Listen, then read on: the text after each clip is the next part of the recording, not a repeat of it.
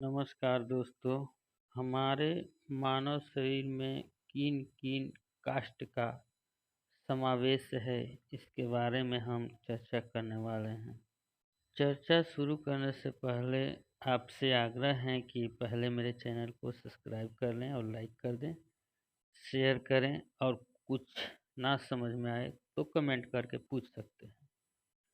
मानव शरीर में 4 काष्ठ जाति होती है। पहला ब्राह्मण, दूसरा क्षत्रिय, तीसरा वैश्य और चौथा हो गया हमारा शूद्र। गर्दन का ऊपर का भाग जो है उसे हम ब्रह्मांड भी कहते हैं। मस्तक, दिमाग, ब्रह्मांड या कह लीजिए ब्रह्मांड। इसमें इतना ताकत पावर होता है कि आप दुनिया की हर चीज पाने के लिए इसे प्रयोग कर सकते हैं। इसका शारीरिक नामकरण है ब्राह्मण। ब्राह्मण माने ब्रह्मांड मतलब ब्राह्मण। उसके नीचे वाला भाग जो है वो हमारा होता है भुजा, और भुजा को हम क्षत्रिय का स्थान देते हैं। तो शरीर में भुजा का स्थान भी जो है हाथ का बहुत महत्व रखता है। इसके बिना हम चाह कर भी कोई काम नहीं कर सकते हैं। हमारा हर काम करने के लिए हमें हाथ की भुजा की जरूरत होती है, जिसे हम क्षत्रिय के रूप में जानते हैं। भुजा का नीचे का जो भाग है वह हो गया वैश्य का भाग। वैश्य मतलब व्यापारी। यह हमारे शरीर का समझिए तो ट्रांसफार्मर है, और इसका वायर जो तार कहते हैं वो हो गया नस। वैश्य जो पहले लेता है, फिर बाद में वह सारे शरीर में फुर्ती स्फूर्ति का संचार करता है। जब तक इसको भोजन नहीं दीजिएगा तब तक यह अपना काम नहीं करता है। इसीलिए इसे वैश्य कहा गया है। और वैश्य के नीचे का जो भाग है उसे शूद्र कहा गया है। और पेट के नीचे का जो भी भाग है उससे तो आप जानते ही हैं कि उसका क्या क्या काम है, क्या क्या कर्म है। शूद्र बिना भी यह शरीर बेकार है। हम मल मूत्र नहीं प्रत्याग करेंगे इसका तो नाना प्रकार के शरीर में बीमारी उत्पन्न होती है। और एक स्थान से दूसरे स्थान तक जाने के लिए हमें पैरों की आवश्यकता होती है। तो यह भाग हमारा बहुत परिश्रमी, बहुत मेहनत करता है हमारे शरीर के लिए।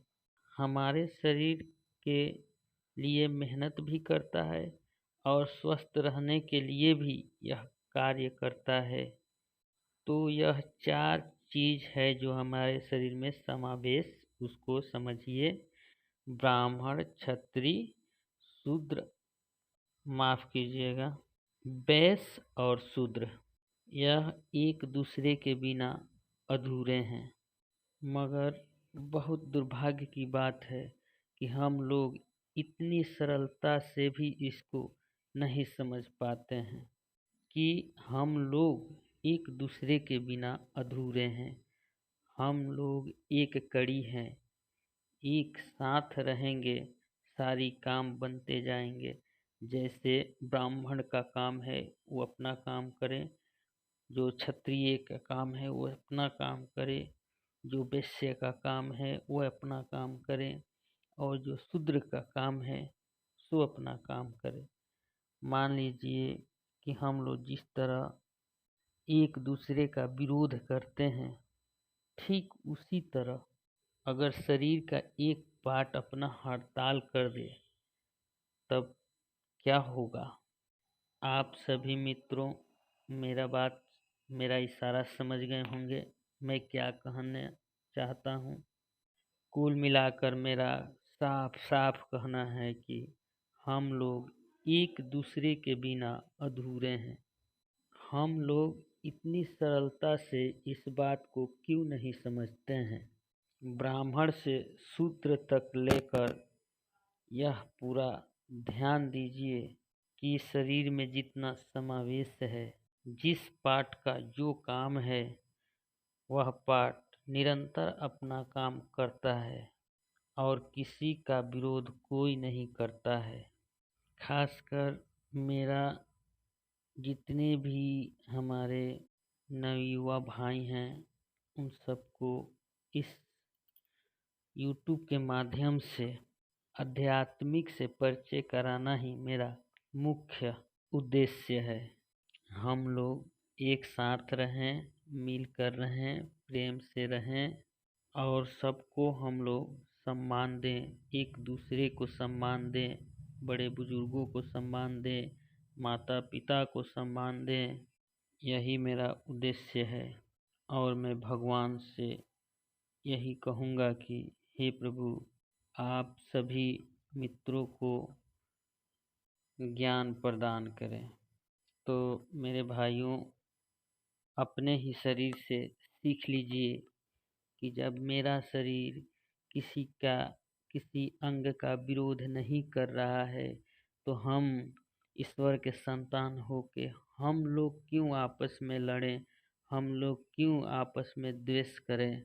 इसी के साथ मैं इस वीडियो को समापन की ओर ले चलता हूँ और आप सबसे आग्रह करता हूँ कि जो मेरे वीडियो को सब्सक्राइब नहीं किए हैं, वे लोग सब्सक्राइब करें, लाइक करें और उनको क्या चाहिए इसके बारे में कमेंट करके और आध्यात्मिक के बारे में जानें।